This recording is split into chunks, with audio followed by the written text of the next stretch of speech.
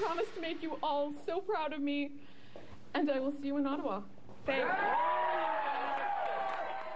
Bien, son sort s'est joué assez, plus rapidement que dans la salle Aymar-Verdun. La candidate Leila Dance du NPD qui a remporté la victoire dans Elmwood-Transcona. Ça a été plus long et plus serré dans la salle Aymar où le Bloc québécois l'a remporté. Bonjour Stéphanie Chouinard, politologue, en route bientôt pour l'Université Queen's et le Collège militaire. D'abord, quand on regarde ces deux résultats, je veux tout de suite penser au premier ministre Justin Trudeau. Quelle leçon doit-il tirer de ces deux résultats?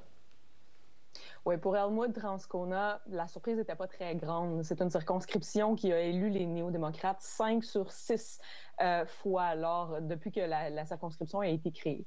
Donc, Mme Dance a gagné la circonscription avec une belle avance sur les conservateurs, mais les libéraux ont été à peu près absents dans cette circonscription-là. Dans la salle Aymar-Verdun, là, ça fait beaucoup plus mal pour les libéraux, évidemment. C'était une circonscription qu'on souhaitait garder, l'ancienne circonscription du ministre de la Justice, David Lametti, qui avait gagné avec plus de 40 % des voix lors de la dernière élection.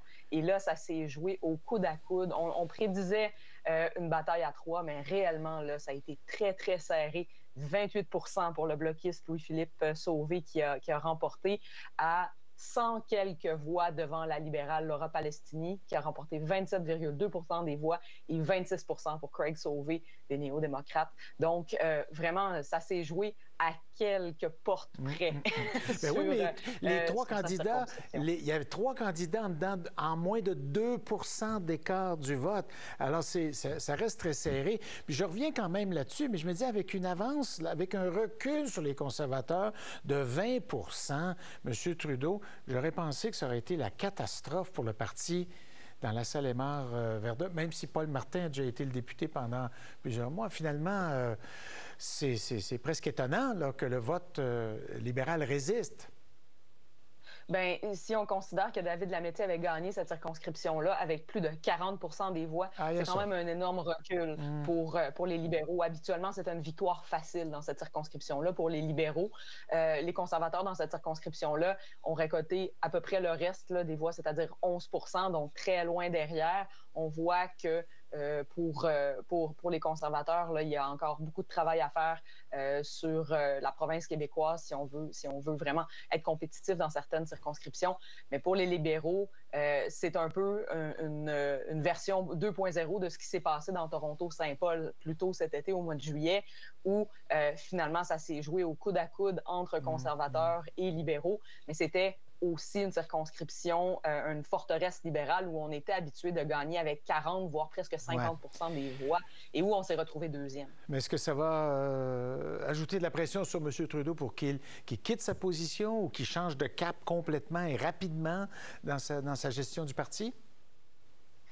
C'est sûr que la pression est d'autant plus grande désormais parce que si une circonscription au Québec, comme la salle Aymar-Verdun, n'est plus une circonscription où les libéraux sont en sécurité, on peut probablement compter sur les doigts de 2 mains les circonscriptions où les libéraux sont encore en sécurité. On fait face à un contexte où on pourrait avoir une histoire qui se répète comme ce qu'on avait vu en 1984 où Brian Mulroney avait défait une défaite cuisante de Trudeau père à ce moment-là.